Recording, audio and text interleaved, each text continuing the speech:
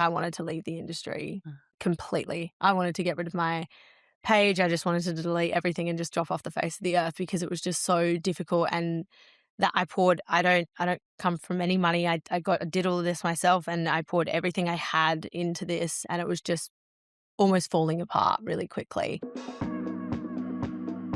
Have you ever had someone in your career call you just a hairdresser? Or sometimes you might struggle with your own internal dialogue? Welcome to the Beauty Grail podcast, the place where the industry's most curious, ambitious, and creative artists come to learn, grow, and stay inspired. I'm Ali, founder of the Beauty Grail, and in each episode, we sit down with the artists, educators, and innovators shaping the future of the hair and beauty industry. From behind the chair to behind the brand, these are the stories, tools, and conversations designed to elevate you and your career. Because we all know you're not just a hairdresser. You're a business owner, a creative, an educator, a therapist, a content creator, and a chemist. The name of this podcast was inspired by our friend Natalie-Anne. Some of you may remember she kicked off a social media series in 2025 called Not Just a Hairdresser. One of the biggest drivers behind creating the Beauty Grail was recognizing that the industry has world-level talent, but not everyone has equal access to learning from them. What excites me is giving every hairdresser from regional towns to big cities access to the kind of education and mentorship that changes careers. Joining me today is Kirsty-Anne, founder of James The Salon in Adelaide. Kirsty is a global educator, ambassador for Redken, ambassador for Alex Loves Colour, and dog mum to Pickle. From traveling internationally for education to partnering with global brands, Kirsty represents a new era of hairdressers, ones who are not only leading with creativity, but also diversifying as she leans into all things content creation, education, and business ownership, shaping the future of what the industry can look like. Girl, I love you. What do we think of that intro? Every time I talk to you, I'm always like, wait, can you write that down? Exactly. Can you write that down for a second? Thank you so much for having me. I'm so happy to be here, babe. Welcome to the podcast, Angel. Thank you, boo. I'm so stoked to be here, especially it's such a chaotic weekend. I know. I appreciate you so much because I know how cooked the schedule is around these events. And it's just like you just... Sink or swim, baby. Literally. I was like, I got to make it work. Literally. I got to be here. No, run sheet to run sheet to run sheet. Yeah, pretty much. So you are here for AHFA's mainland. You're on the DHA stage. Mm-hmm. And main stage. Yes, of course. And main which stage. Which is chaotic. Yeah, I know.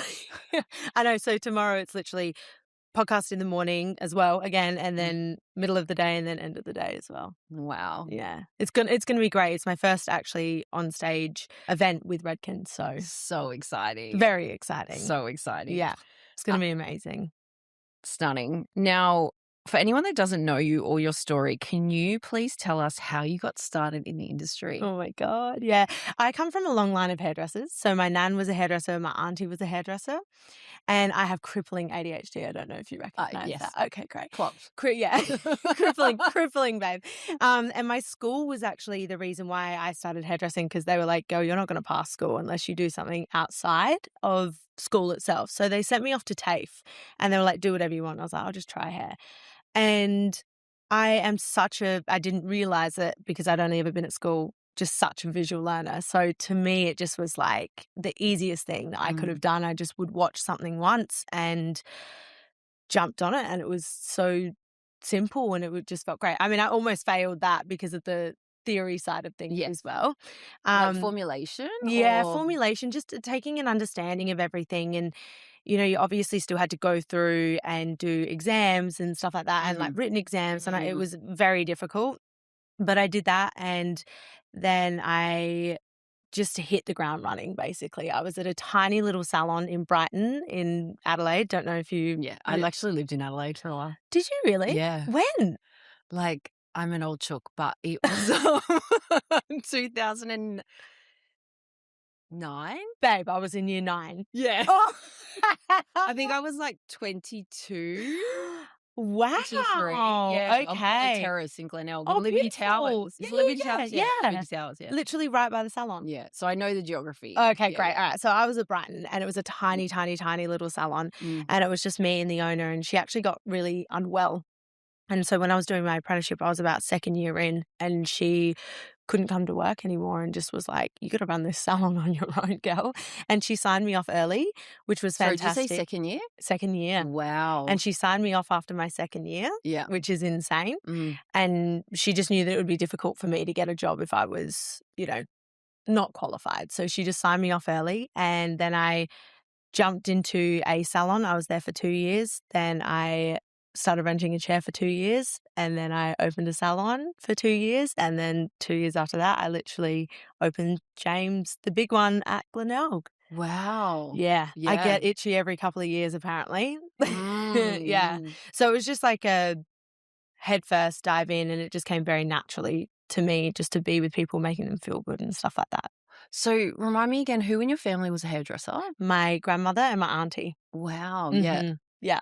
It's amazing. And I just love the flexibility that it kind of gave them. And I think now in my career, I'm really taking that on board with my life, the flexibility. I don't think I did that before. I obviously was just all about work for such a long time, where I was working 9 till 9 and happy to, like wanted to, every day. And now I'm trying to find a bit more balance. And that was partly the reason why I even started in the first place, because my auntie was like, I traveled the world and do it, or Really? I have kids and do it. Yeah. So I think that's something that we kind of forget as hairdressers, like just how much flexibility you can Yeah, have, I mean, and what it's- you can do with your life with it. It's a job you can do anywhere around, like Anywhere. literally around the world. And you'll always be Mm. needed. Mm. Always, Mm. you know? So that was mainly the reason why I jumped in. It was my ADHD, basically. So yeah, it's great. I love it. But it was chaos for a long period. That feels like such a, like hearing that journey from 2 years to 2 years to 2 years. Yeah. Like it's a huge amount of milestones in such a short period of time. Did it feel like that at the time? No, it didn't, because I'm impatient. Yeah. Yeah. And I was so driven that nothing could have come quick enough to me, Yeah. you know? And I after living that way for quite a long time, I just had a massive burnout. Just really, really just crumbled. And I was like, I can't keep doing this. Like, I can't keep throwing myself into the next thing. And it was almost like it felt like nothing was ever enough. I actually got therapy for it, because I was like, I don't want to be constantly chasing something. I want to be happy with what I'm doing as well, you know? So to me, nothing was ever enough. When I look back and think about every 2 years having such a big change, yeah, I can appreciate that that's brutal. Pretty much. Yeah. I mean, it gets you to where you are today, though. Exactly. Exactly. Yeah. And I think, like, it's really funny because through COVID, I feel like there was a lot of shame about hard work, right? A lot of people before COVID, I think it was like this boom of people that are going out on their own, opening a business. And then during COVID, we got taught that we had to slow down. And there was this weird stigma and shame around like hustle culture, or like working really hard. And everyone wanted like the best of both worlds, or the success without really working for it. And as I get older, I'm kind of just saying, fuck that. Like I worked really hard to get to where I am today. And I worked hours that I don't see a lot of people still to this day work. And I'm like, I used to be ashamed of it. And now I'm like kind of proud of it, and want to remind people that it is hard, but you get out what you put in, you know? 100%. 100%. I think it's all seasonality, really. Yeah. Seasonality. I love that. I love that. I think it's seasonality. It's like, I think about that a lot myself, you know, starting a business in an industry that I knew nothing about, that I had no connections in. It's like you need to kind of knuckle down for a period of time and just come to terms with the fact that in this season of however many years, it's absolutely grueling and demanding. So demanding. And you do that for a period of time to get to the next launch pad, which might look a little bit different from a work-life balance perspective. I But if you just kind of succumb to it and just say, just ride that wave of it all, and just like have an understanding that like honestly, you get out what you put in. I think I truly believe that if you are hustling and working, and it can't not pay off. it can't not eventually, you know? Mm. I mean, look at you, killing it, babe. Oh, but this pod's about you, babe. Yeah, but let's talk about you. No, you can interview me. Okay, great. Right? I'll do that. So what do you think shaped you in those early days? I was very fortunate to jump onto social media while it was like just booming. And it was just like a before and after photo, basically. And I was very fortunate to jump into it at that time where I kind of felt I wouldn't say repercussions. I felt the power that social media can have, right? And I think that was a real big eye-opener to like the rest of the world. Like if you see something going viral or you're just a second year an apprentice and you have a completely open book and one photo in your hometown gets like 50 likes, which was massive back then. It gets like 50 likes and all of a sudden you got a full book. It was like in real time, I could feel the benefits of everything. So I think that as much as I hate social media, I love it as well. It is like my best friend and my worst enemy all in one. But I think that starting out really early probably put like a fire up my ass. Yeah. With Timely, you can say goodbye to time-consuming business admin. Its easy-to-use booking software means it's easy for your clients to organise, check and reschedule appointments without needing to pick up the phone. Send automatic appointment confirmations, reminders and consultation forms to reduce no-shows. And with Timely Pay, you can take online and in-salon payments without any stress, so you're always in control of your cash flow. Use the business dashboard to get in-depth insights into everything from stock levels to staff performance. Get all this and more for a monthly payment with no hidden costs or unexpected charges. Simply choose the best plan for you and start having more good days at work. We've proudly partnered with Timely to give new customers 50% off for 3 months. Visit gettimely.com and use the code TBG when you sign up. How old were you when you really committed to social media? I would have been like 19. Wow, because you're like 30 last year. Yeah. Wow. I do Wow, my, bitch. I do my my God. research. I'm about to turn 31 next month. Yes. So it was decades ago. But yeah, it was ages ago. And So it's like 11 years. okay, lower your voice. Sorry. But yes, sorry. No, I is. think it's just like the reason I like to be really clear on the timeline is like a lot of people in the industry, I think, would look at you and think, they look at leaders, those that are really growing on social media. Yes. And they think it's an overnight success, but they don't actually understand that work that goes in behind the scenes to get people to that point. It is the furthest of overnight success. I've been doing this for, like we just said, 11 years. And while I have a great following and a great community, 3 years ago that I decided I was going to go extra, extra hard. And I think I got to 50K after like 8 years, right? And I was like, okay, I'm going to get to 80K by the end of this year, which was huge. And I ended up getting to like 100 and something or other. Yeah. But that's years and years and years of constantly changing what I'm doing, keeping up to date with everything, sleepless nights, free days of work, like countless hours of free work that I still do to this day and slugging it out. And it's like, social media is, as we all know, a highlight reel. But I think what people have to remember is that you only see most of the time the videos that go viral. Yes. As well. Yes. I've got so many videos that flop. Yeah. So many that flop, and that's fine. But it's just, again, just this like highlight reel. I don't think anybody that is successful, no amount of like one video getting you millions of views will never get you 1 million followers. It just doesn't work that way. It doesn't, yeah. You need a reason to hold them. You need to build a community, and that takes time and effort and strategy. It's not just like... And showing up consistently. Like if I take a week off, I feel it. I feel it on my socials, and it's brutal. So anyone that you see doing well or big on socials or whatever, you just know that they're slugging it. Mm-hmm. Yeah. Yeah, I definitely see that. Yeah. It's a lot. It's great though. It's great. Love it. Yeah, it's something that keeps you on your toes all the time. You're always growing, evolving. Mm-hmm. Yeah. Chopping, changing, trying to figure out what's relevant, trying to figure out what's not. Trialing different editing, different this, Yeah. different that. Yeah. I think it's also important though as well when you're trying to grow to not get resentful of social media or people or trends that maybe don't work for you. I'm seeing it a lot lately where people are like, I just can't be bothered with social media. It's just not working. It's blah, blah, blah.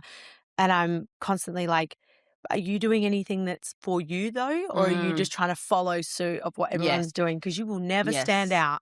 You will never ever be able to make an impact if you were just following a trend, Yes. copying a TikTok that Yeah. someone's doing. It just doesn't work that way. I think I find to stay, and I definitely go through periods, I find, someone who's really trying to grow in a time where it's hard to grow, that you got to do content that you love doing. Yes, you do. Not all the time. Of course, you Yeah. got to do the things that work, that perform, that your community want to see. But you Yeah. also got to do things content that fills your cup that you enjoy doing. Maybe it's the same with work in general. Like I will never, ever, ever sit there and do a pixie cut with blue hair. Like love it and appreciate it and admire it because I love the industry. But I don't enjoy that. I used to do that. I used to be well known for that, like bright colors and vivids and everything. But it's the exact same because if you don't do what you love to do or enjoy it, you're just going to burn out and you're going to hate it. Yeah. And that's why you can't keep pushing it because it's just like the same stuff or you don't love it, Yeah. That's why content days are really good. Yes. Blocking out days where you can just do whatever you want. Yeah. They're so, so, so vital. Yeah. Like if I could just come off the floor and just do them, I would. Yeah. And I also think having a digital detox every now and then is really healthy too. Okay. How do you do that? It's really hard. Yeah. Like when I'm in hospital. Yeah. No, I'm kidding. Yeah.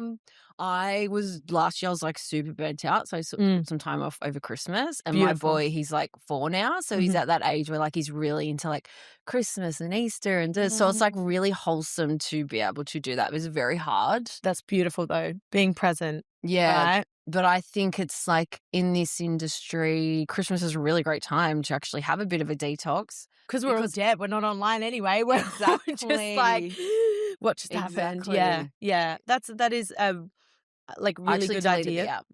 Did you? Good job. I think what I've had to learn over the last couple of years is just boundaries with it. Like I don't have any post notifications on. I don't have any notifications. Oh, yeah. It never goes to my phone. I don't. That's got nothing to do with me until I'm ready, But I think that developing boundaries, I think with social media in general and in the world that we're living in is so important. Yeah, like absolutely. It's so important because it can just ruin your life just as quick as it can make it great. Yes. Yeah. Yeah. It's very well put. Yeah. So was there a moment in those early days where you kind of realized hair was your thing and that you were onto something? You were like, I've made it or I've arrived, but it's like, yeah, I'm on the right track. Yeah, when I realized I was just having fun. Like posting, taking photos, making people feel good. I was very young when I realized that this is where I needed to be. How old do you think you were? I would have been like first year into my apprenticeship. Wow. Yeah, and I was starving for it. Like I was begging to have more people in. It was like an obsession that just blew up and it was insane. And I got addicted to making people feel really good. Yeah. Like I love making people laugh. I love doing all of that. So that just fell into that category. I have a difficult time as I get older to kind of be like, oh yeah, this is my jam. I'm still trying to figure out like where I want to be, what I want to be doing and things like that. At this stage? Yeah. Yeah. Yeah. I think that that's part of my superpower of being able to chop and change and move and pivot, especially as a business owner as well. It's so important. So I think I used to have a very like direct, closed mind goal, like vision. And now I'm like open to anything, which is freeing, actually. Well, I think it's like there's so much that's happening in the industry, like opportunities that present themselves that just weren't available like a few years ago. That's exactly right. It's exactly right. And I think that the worst thing you can do is just you can have goals, that's fine, but how you get there needs to be so broad and open. It just needs to be, because nothing of what I do today or what I have done to get to where I am today, I could have ever planned. I never knew I'd be here. So it's, I think as I'm getting older, I'm still trying to just like keep that open, but very young, I was like, yeah, this is I love people. So Mhm. I'm like, let me make you feel good. Oh, I love that. It's such a special relationship between hairdresser and client. Oh, girl. And like, as we know, I'm saying goodbye to people at the moment and we're all What? crying and it's Yes. just, it's killing me, but that's okay. Your emotional battery will be like negative. Babe, it's been negative for a while. Oh. I'm a crier. I'm a Yes. crier. So when clients come in, they're like, I've broken up with my boyfriend or whatever. I'll be like, oh my God, let's cry together. Like, let's do this together. It's a lot. It's a lot. But that's hair in general, right? We're empaths a lot of the time. Yeah. We take it all on. Yeah. So Because you have just announced last night, that you're moving to the Gold Coast. I have. Oh my God. So how did this come about? Look, I'm going to be very honest with you. I have always wanted to live there. Mm. I kind of fell into situations and relationships and all sorts that kind of kept me bound to Adelaide. And I made the decision to kind of cut that off and step away from certain things. And then I just realized it was the first time in my life that I was actually free to make that call and make that big leap and decision. And I knew that this year I really wanted to knuckle down on work. Like I'm hungry this year, which is so good. It's back. She's back. But I knew that I needed to make sure that my balance and lifestyle was still there as well. And I wanted to make sure that if I was going to work that hard, I wanted to be living in a place that really filled my cup. And that place has always done that for me. Like Really? yeah. And Yep. I can't handle winter. I cannot handle winter. Yeah. I'm a Yep. depressed slug. Mm. And I come in, I'm like, hey, sit down. Like, I'm just not good. So I'm like, I don't want a bar of it. I just want warmth all year round.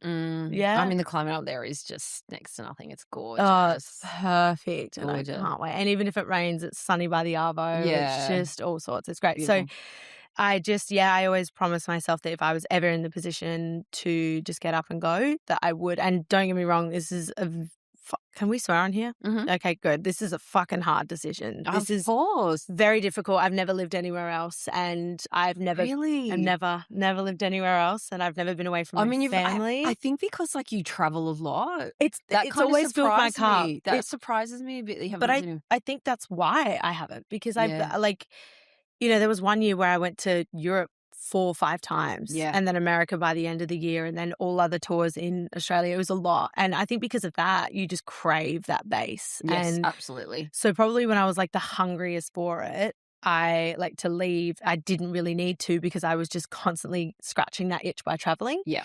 And now I've wanted to calm that down a little bit more, and by like still do travel, of course, still go away, but I've just kind of was settled in Adelaide for so long that I realized that I think I'd outgrown it, and which Yeah. was a very humbling feeling. And it's just so scary. It's so scary, but so exciting, because all of my best girlfriends, my business, my family, everything is there. Mm. And I'm just going, Bye. bye guys, best of luck. Big leap. Yeah, big girl thing. Yeah. Gonna put my big girl pants on. Yeah. I was packing and crying yesterday all day.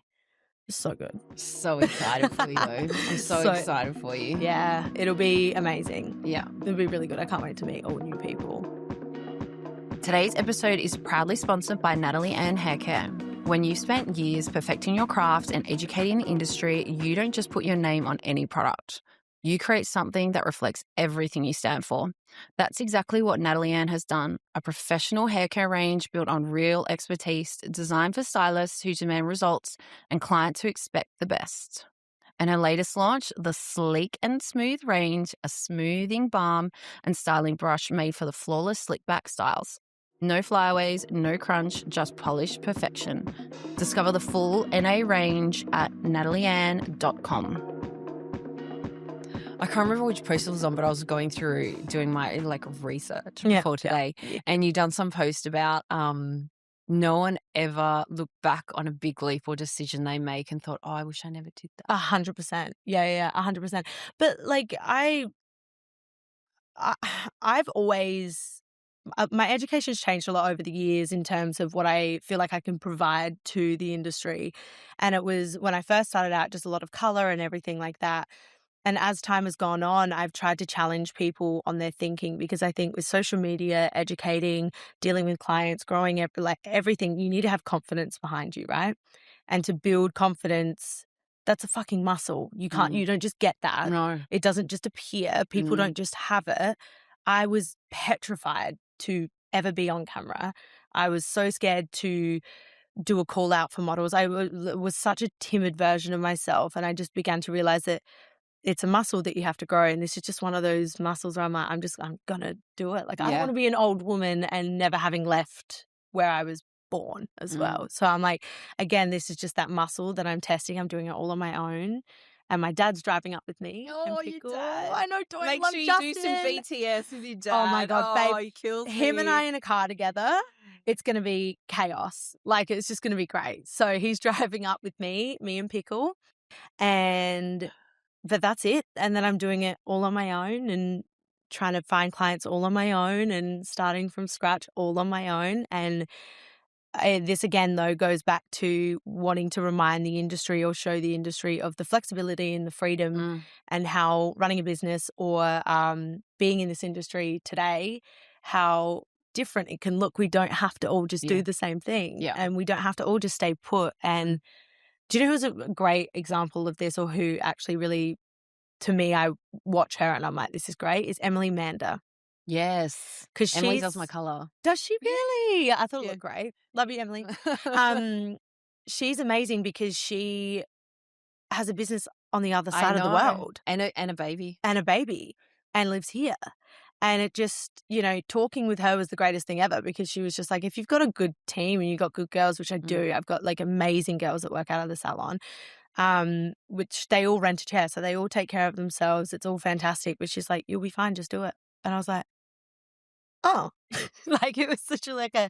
All right. Fine. Is that easy? Yeah. Let's do this. Yeah. So I think like I'm excited to show the industry and remind the industry that we have a trade and we can do it wherever and have fun with it, You said something there about confidence being a muscle. I also think the same thing about resilience. Oh, yeah. And it's not a muscle you use all the time. Like as you start to like grow in your career and you feel some wins, and sometimes those challenges or resilient moments don't always present themselves as you start to get on a bit of a high.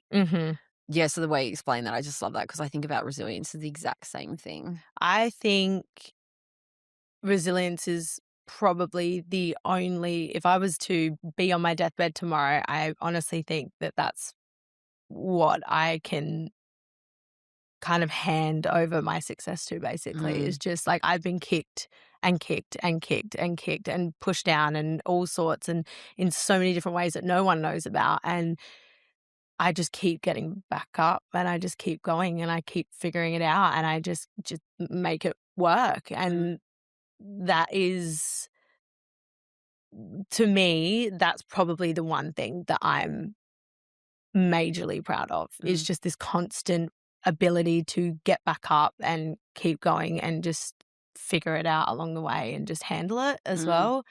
But I also think that community is a massive part of that. I don't think I'd be still in the industry today if it wasn't for people like Jay or Kim or Amelia. Kane had a great conversation with me the other week. Like, I think that community is probably what saves me, but also helps build that resilience, because everyone's been through such chaotic shit shows in this industry.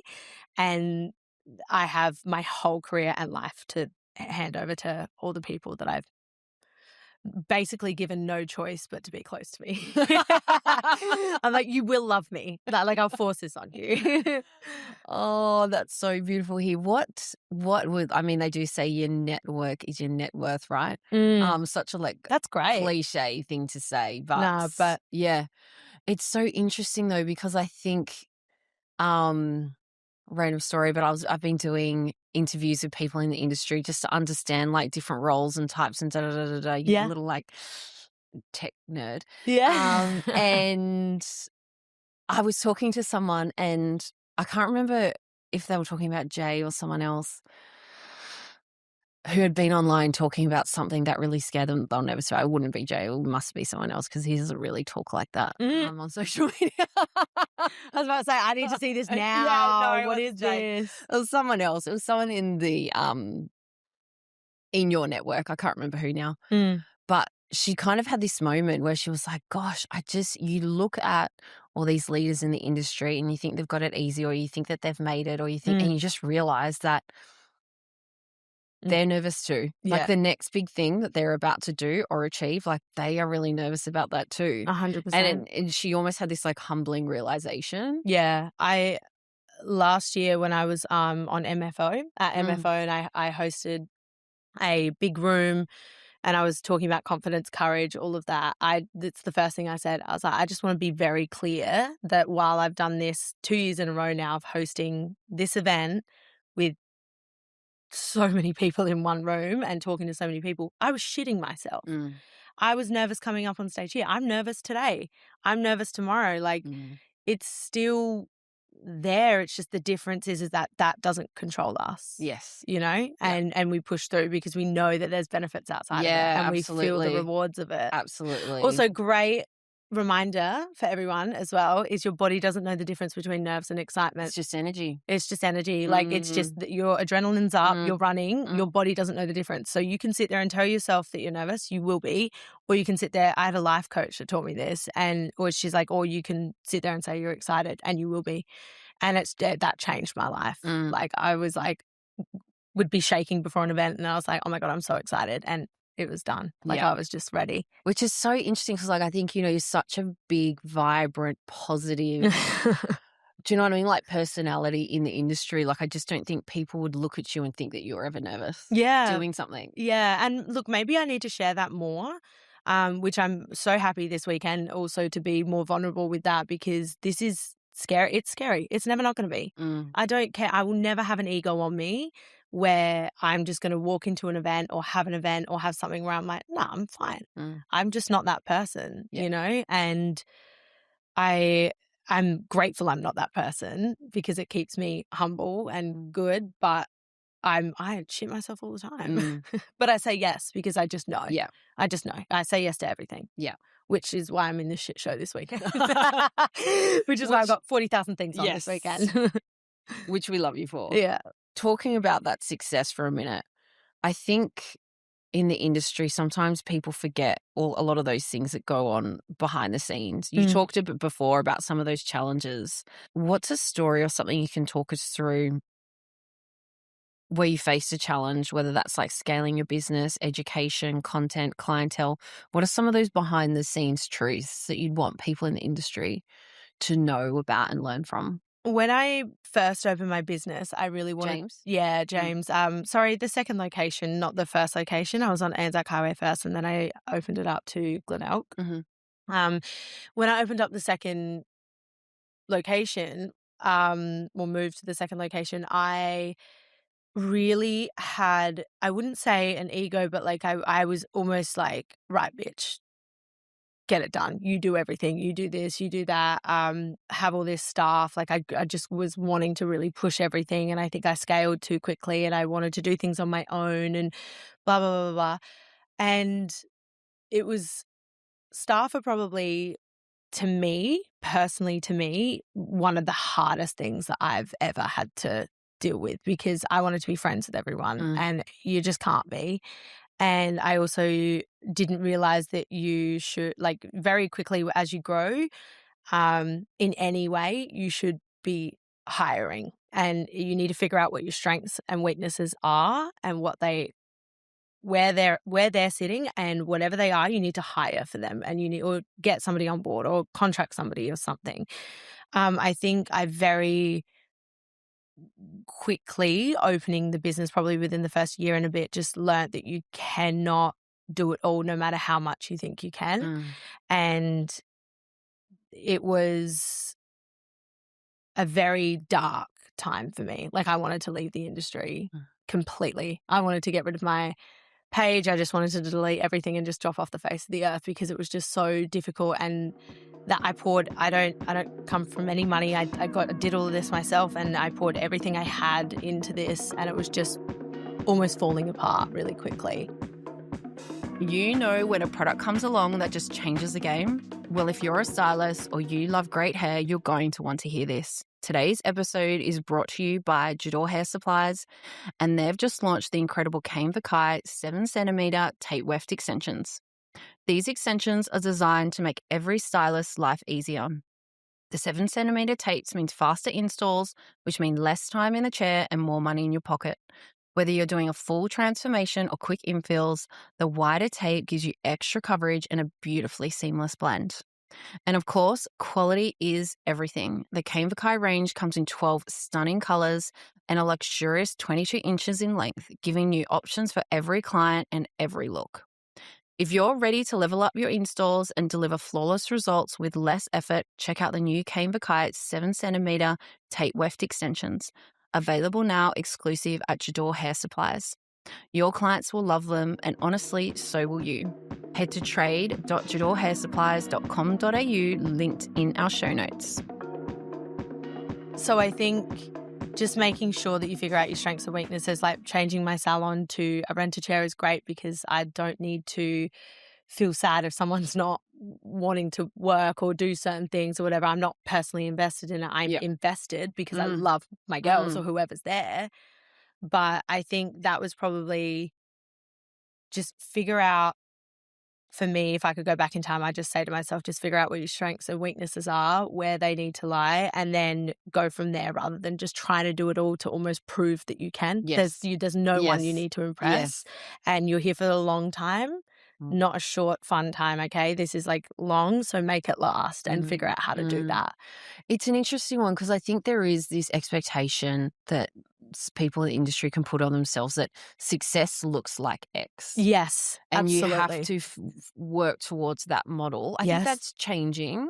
I think it is too. Success looks like X, and I've got to do X, Y, Z to be successful. And don't get me wrong, I think it's really important to have like big dreams and big goals and aspirations. Absolutely. But to your point, understanding those strengths and weaknesses,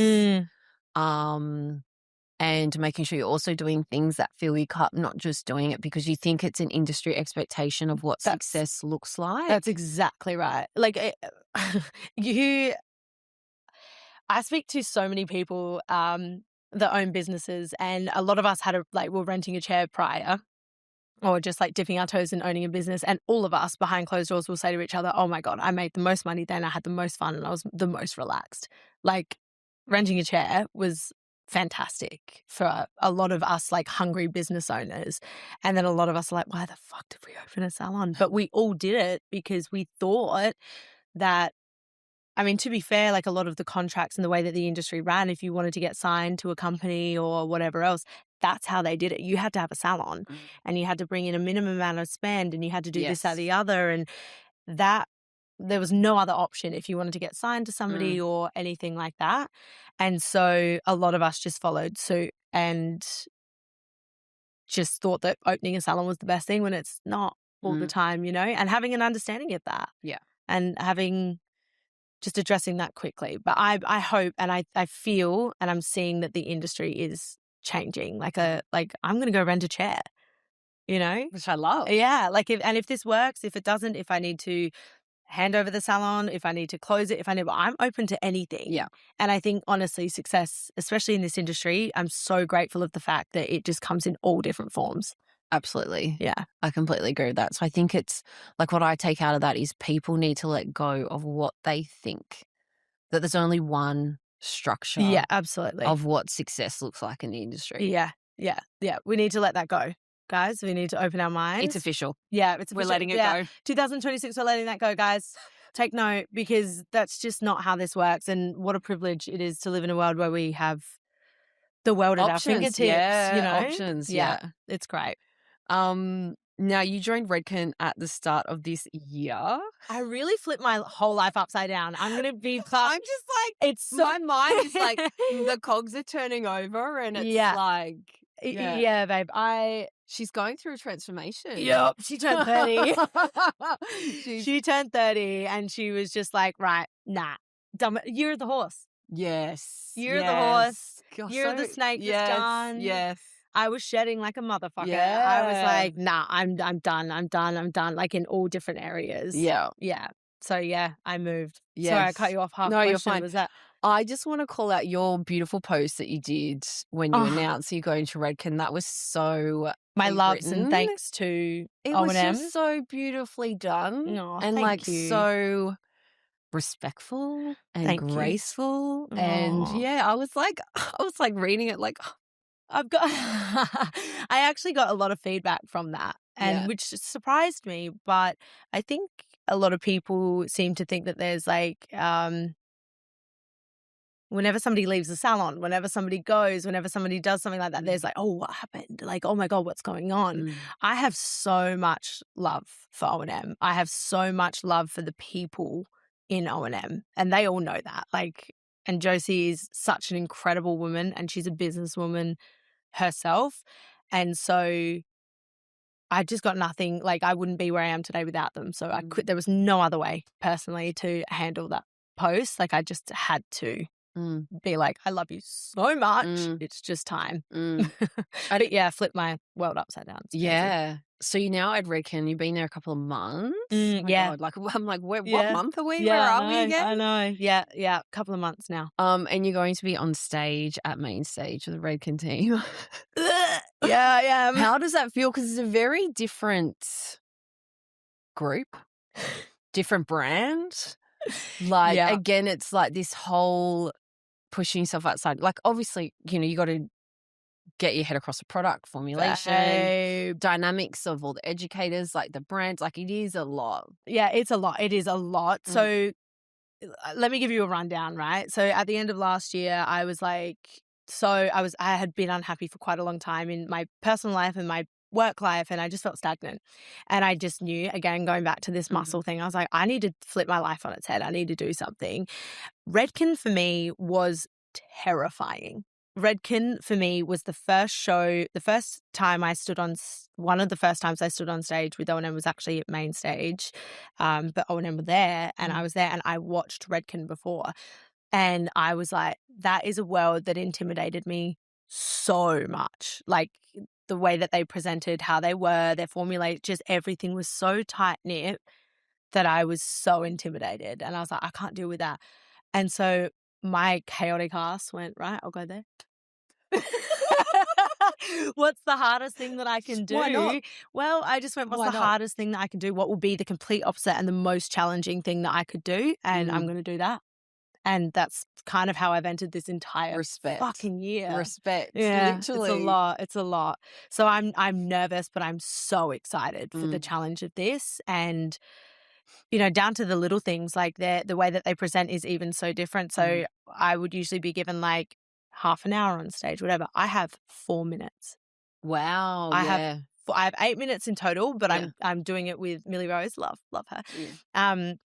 And so we've got 4 minutes collective, like between each other, that we have to showcase something. And we just went through training, which I was sick for. I was in my hotel room getting an IV drip for. And it was just, they're like, here's how you present something in 5 minutes and get your point across. Wow. And I was like, oh my God, when am I going to need to use this? And then they're like, surprise. Main stage. Yeah, main stage in front of everyone. Yeah. So scary because I know the reason why I even moved over was to be scared and challenge myself. And now I'm diving head fucking first. Yeah. Which is a lot. So if you see me shaking up there, no, you didn't. No, we don't. No, we absolutely. won't address We're not zooming into four times. Yeah, camera's going down. Yeah. Today's episode is brought to you by Alex Loves Colour, Australia's go-to brand for pre-cut pop-up foils designed for salon professionals. These foils make every colour session faster, easier and more stylish. And here's the exciting news. ALC has just launched 4 stunning new colours: rich burgundy, warm beige, classic navy and sleek black. Perfect for creating a luxe cohesive look in your salon while delivering the same salon-grade performance you know and love. The foils are recyclable and pop-up ready. Whether it's a full transformation or quick touch-ups, Alex Loves Colour Foils gives you speed, precision and style in every sheet. If you're ready to elevate your colour game and impress every client, explore the full range at alexlovescolour.com.au. Think colour, think different. I think I was actually with Kane and Aiden the week it was announced, and I know there are definitely people on the Redken team, of course, that are so excited for you to be joining that. They've been so beautiful. Yeah. Kane was a big helper again, like community. Like he was He's so beautiful, isn't he? he's such a beautiful man. Like a nurturing, kind human, and I just would make out with him. I would make out with you, Kane. And he's very cute as well. Oh my God, he's so cute. Oh my God, when I first saw him, I was like, what is that? That's like, what is this Adonis type? I know, I was like, Adonis, yes. oh my God. Yes. But he's such a beautiful person, Yeah, and he was part of the reason why I actually moved over. Oh, there you go. Yeah. So he really helped me out with that. So shout out, sexy big man. Love you. Love him. Miss those guys. I can't wait for them to come home. I know. Now, if we talk about the journey you're on at the moment, because you're juggling a lot, you've just changed colour brands. I'm doing a lot. I'm doing most. You're going to the Gold Coast. You're keeping James The Salon, though. You're going freelance on the Gold Coast. So Yeah. you're building up your clientele. Yeah. Now, there's a lot of hype and talk around tech and AI at the moment. Yes. Yeah. What are some of those tools that you are using to help you through this next phase? I have been too heavily relying on Timely, to be honest with you. Obviously, I didn't even know where to begin when I'm like telling my clients or getting bookings ready to move up there or how I need to do anything. And I have been chatting with them constantly going, hey, how do I contact all my clients? How do I move them over? How do I hand back this? How do I do this? And without them, we worked out, I think it was that I had like 1,000 clients, was it? It was 1,000 clients we had to contact. Wow. And I was like, how am I going to do this? Like, this is chaos. And so if it wasn't for them, this move would have just been like, honestly, So did you do a text out or an email out, or what did you do to everyone? We did a text out. I contacted Timely to see if I could get an Excel spreadsheet of everyone that I had booked in for the previous year and the year coming up. And on that Excel spreadsheet, it was their phone numbers, their emails, their everything. So it was amazing. But even when I was like starting up my Gold Coast platform as well, it was like I could just have two options now where if I come back to Adelaide, which I will be doing, coming back to Adelaide, I can open that up and people can book in. So so you're juggling the two locations for bookings. Yes. Yeah. I'll be juggling them, and that Timely have just made it so easy. So like without their help, I would be fucked. I'd still be on the phone right now texting and replying to people and trying to book people in. And I started at a time where we had the little cards where you'd like have actual everyone's name, and it would be in like it was like a mini filing cabinet, and you'd have to go through and pick their names, write down their formula. That was where I started. So they're probably the best. ChatGPT and things like that, I don't love. No, not yet. What don't you love? I think, well, this is going to be controversial. This is going to be very controversial, but I think that social media is frying our brain anyway, a little bit. And I think that obviously there's balance everywhere. And I think as long as you have balance and you can have control over certain things, I think we're creatives. That's part of the reason why we can be trendsetters. That's part of the reason why we can start things or do things or, go on social media and do all these things. And I think a lot of these either prompts or I know some people go on ChatGPT to do like scheduling plans of like content that they could be doing for that week and things like that. I think that if we all do that, we're all just going to be the same. We're just going to be the fucking same. And I also think to be creative and to tap into that creative side and that passionate side, you have to be fucking bored. You need to be bored and allow yourself to feel that boredom. And if you're constantly scrolling or you've got someone doing the prompts for you, like an AI thing doing the prompts for you or whatever, you're going to lose that creativity. You have to tap into creativity. It doesn't just flow naturally, especially if you're just constantly numbing yourself. So for me, I try to stay away a lot from ChatGPT unless I have like a mole that I'm like, this looks funny. And I'm like, I can't get into my doctor. And I'm like, hello. Doctor, yeah. Hello, can you please help me with this? And then maybe I'll use it. But yeah, I'm trying not to go down that path of really using it for work, only because I love my creative side and my brand, and I don't want to fuck with that. Yeah. You know? Yeah. Yeah, that makes sense. Yeah. There's a lot of AI slop out there. Yeah. Yes, there is. And we can tell. No. Yes. Can Can I just say controversially, I actually like the long dash though. The what? The M dash. Yeah, same.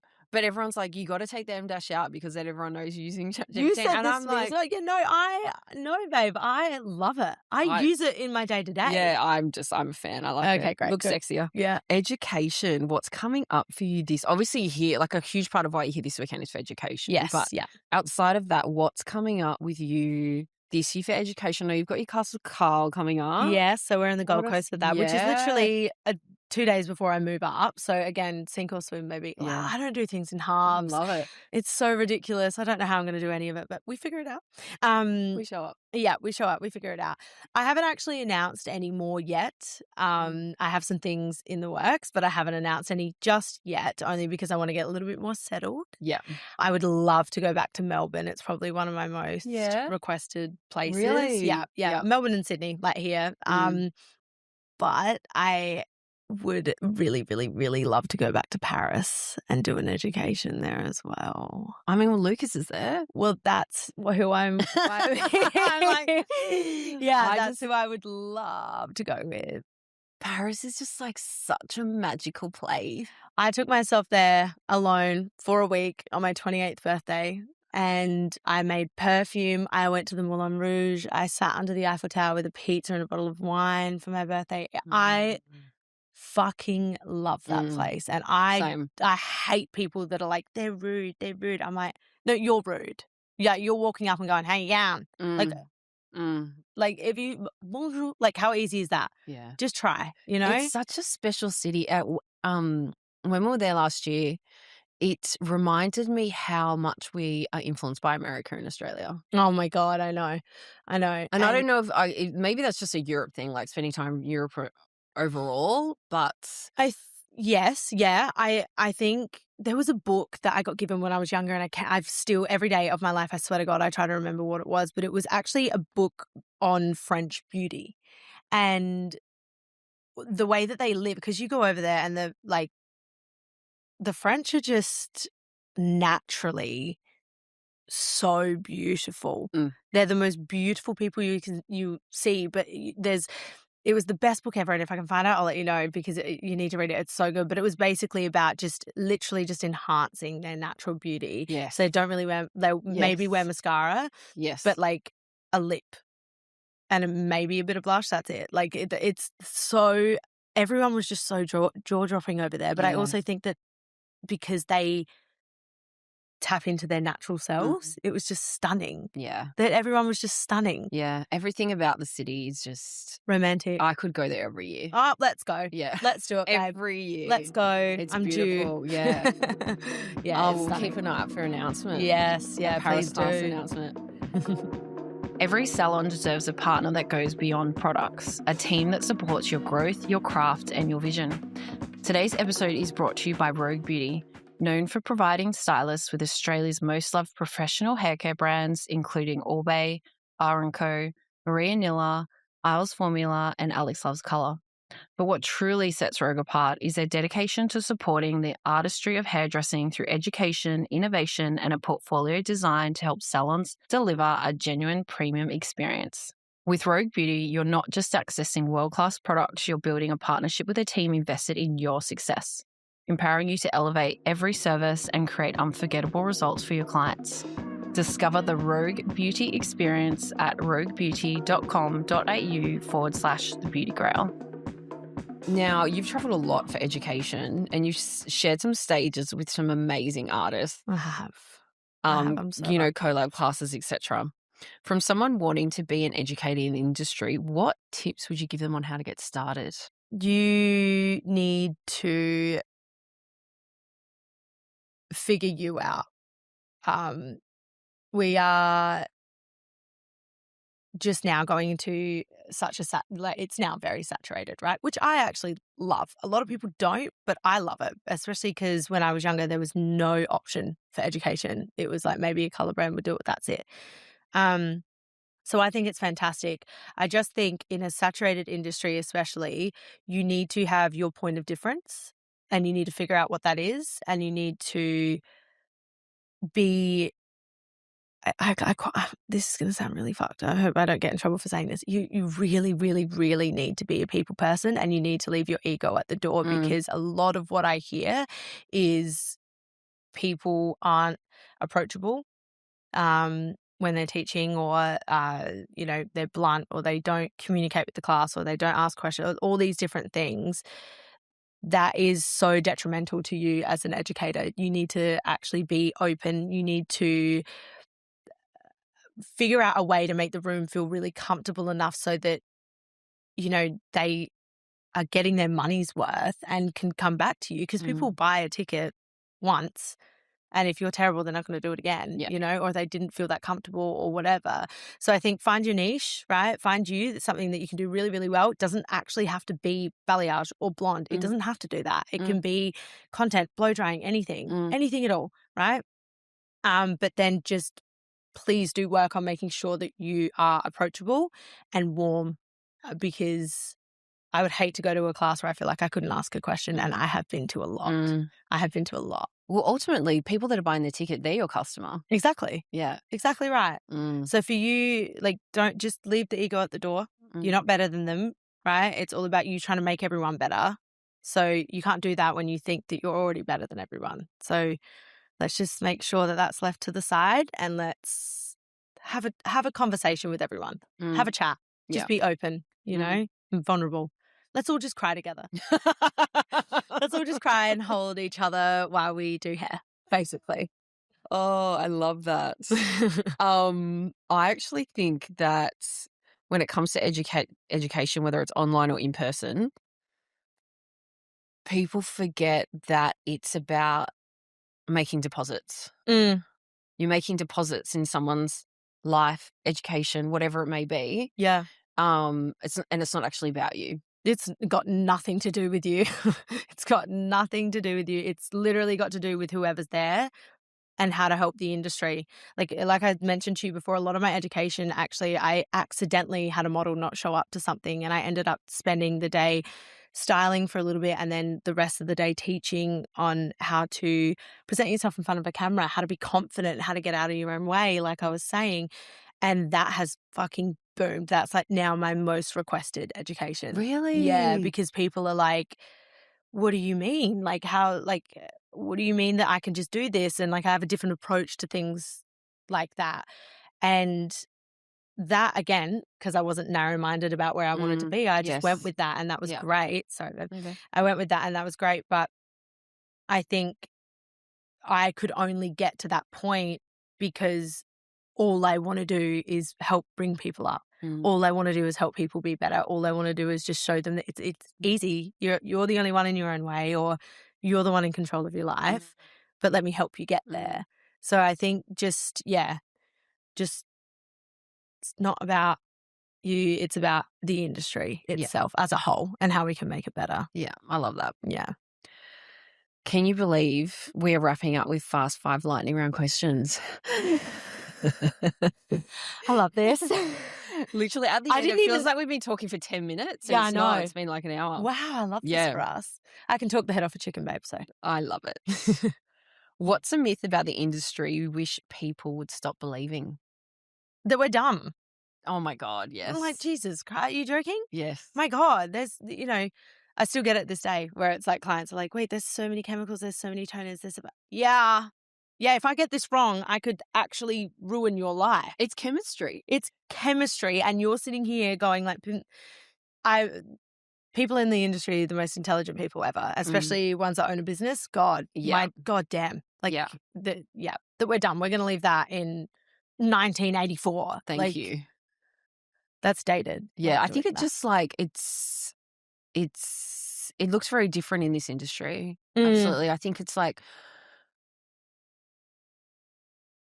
What I see in a lot of people that we talk to, we meet at events and things like that, is everyone's figuring out for themselves, and there's so much respect that I have for the industry. They're doing all the things. Everything. They're doing Juggling. clients on the floor. They're running their business. They're growing their They're business. moving states. They're moving states. They're changing color brands. They're doing all the things. Yeah. And often like on their own with not Yes. a lot of guidance or support. Yeah.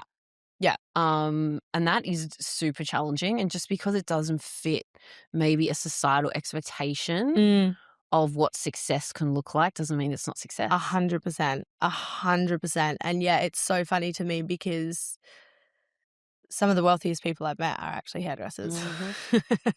So suck on that. I love that one.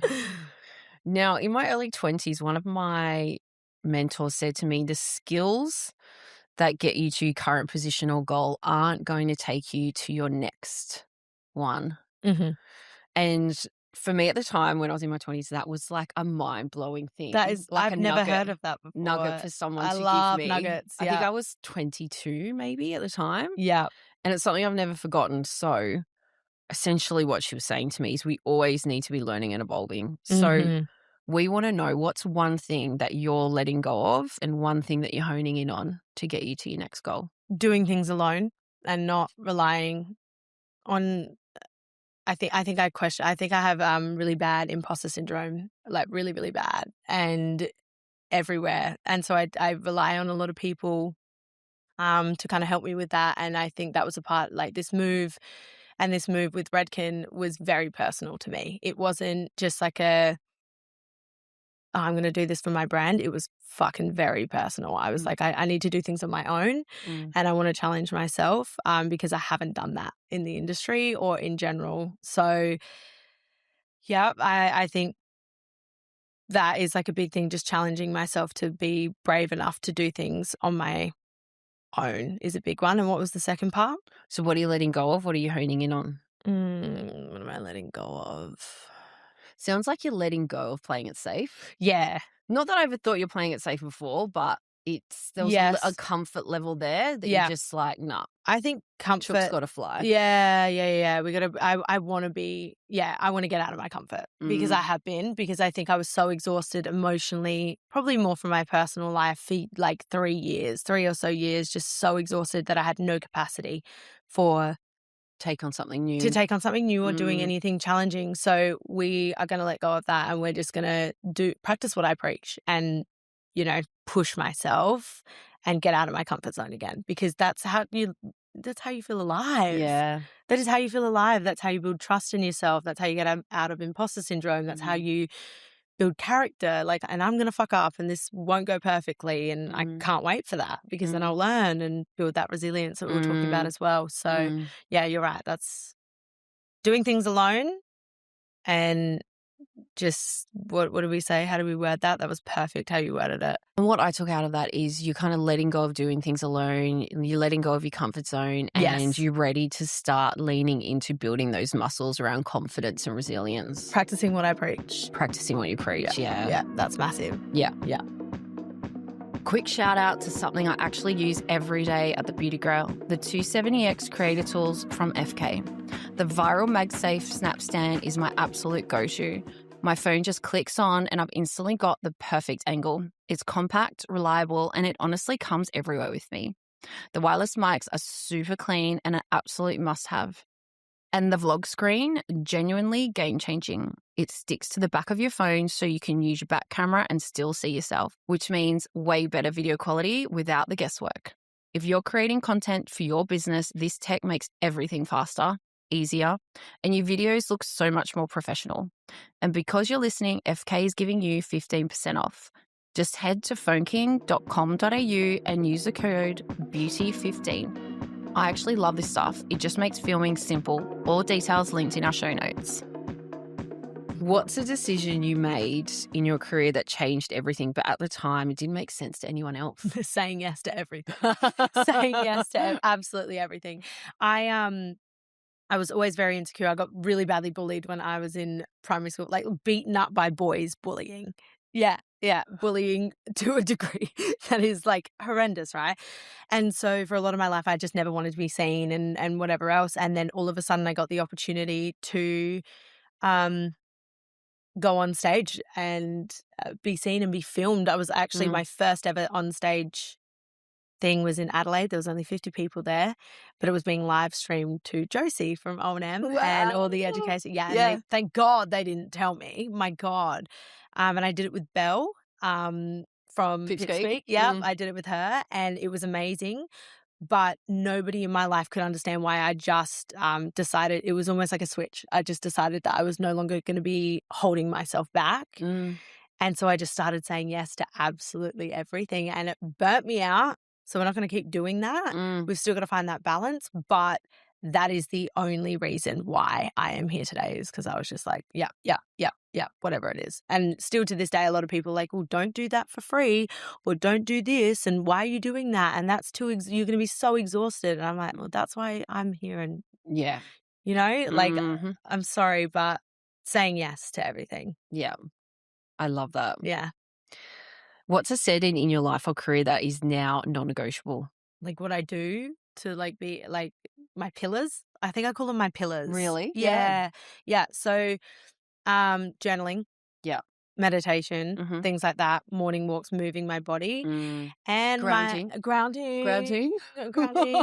sunning, and my toes on the grass, my toes in the sand, bitch. Like I want them sunset, making out with my dog, sunset, sunrise. Yes, because I'm going to be looking at the sunrise in Gold Coast. Oh, and yes. My Vyvanse. My ADHD medication. Okay, yeah. Fair. Yeah, we love her. Yeah, a lot of it's personal, I think, because I have such a like masculine, hungry, go life. Yeah. I need to have that balance of the soft and the feminine and the slow. And it took for a burnout to figure that out, but they're my main pillars. And so it's like work hard, play hard kind of thing. But without the play, I don't really play. I just go to bed. I just sleep. I love that. Yeah, I mean, for someone that's like such high energy, such high intensity as well, that totally makes sense to me. Well, it's funny because like after this weekend, I will be mute. Oh yeah, bed rot. Yeah, I'll be 100%. Mute. I'll be mute. I'll have nothing left in me. And it was so weird. Like I remember my ex, the fact that I had to say ex, but a previous partner would be so confused anytime that I would do an education because I would actually just go non-verbal of course, for like a day or so. Yeah. And I would just be like, I can't move. Like I can't do anything. So if I don't do those things day in, day out, I will go non-verbal and I don't have time for that. Yeah. So yeah, they're my pillars and they stop me from blowing away. Yeah, I love that. You know? I think it's because you go really hard, but you've learned to understand what your limits are. 100%. Yeah. And like 100%. We're in control of that. Yeah. And just say like I said, in one breath, I just told everyone to say yes to everything. But once you've done that for like a year and you're burning out, learn to say no. Yeah. As well. Learn to just be like, nah, that doesn't work. You know? But when you figure out how to do that, let me know. We're taking DMs on it. Yeah. All right, last question. What's the next audacious goal you're working on right now? I feel like there's a lot in this episode. I'm not sure if there's anything else. Yeah, babe. I'm doing it. Put on the schedule. I'm doing it. I'm doing it now. You are. Building a clientele in a completely different state. Yeah. I think that's going to be quite challenging when no one knows me there and I'm in a comfort and a little bubble, tiny little bubble, tiny small town where everyone talks and knows you. You can't fart without everyone knowing that. So I think this is going to be quite challenging trying to build up a clientele, like starting from scratch. It's going to be very humbling. But I am so excited. And once I do that, I think I will be like, fuck girl, you can do anything. Yeah, you can. That's great, you know? So mind you, I'm not stupid to the fact that I do have a leg up of a following. I'm not going to sit here and say that, oh my God, it's going to be so hard. Like I've got a following, so I understand that. But that's why we do social media. It's our portfolio. Exactly. You know? So people can trust me and book in. It gives you that flexibility to do exactly what you're doing now. Exactly right. So yeah, after that though, maybe a holiday. Maybe just Paris? A minute to breathe, babe. That would be really good. Just a minute to kind of like She's got a lot on. She's got a lot on, but we love it. Yeah. It's chaotic. We should link back up in 6 months' time, Sarah. I know. I'm going to look like Cynthia from Rugrats. I'll have like no hair. I'll be like decrepit. It's going to be great. Oh, I can't wait to watch this all unfold. Oh, no. Yes. 2026. Yeah, wish me luck. Bloody hell. Kirsty-Anne, thank you so much for joining us. You, baby. I had a ball. It's great. I'm so excited to see how this year unfolds for you. It's going to be a huge one. Yeah, it will. I'm going to be very honest about it all too. So if it fucks up or it doesn't work or it doesn't go well, you'll all know. We are going to link all of your handles. We're also going to link your new booking Timely God, I love in the show notes love in case anyone needs to book in with you on the Gold Coast. Yes, book in with me. Let's make out. I love. And we'll see you tonight and tomorrow. Oh my God, yeah. I'll see you for the next week, babe. Literally. It's gonna be great. Love you. Thank you, baby. It was such a Oh, that was so good.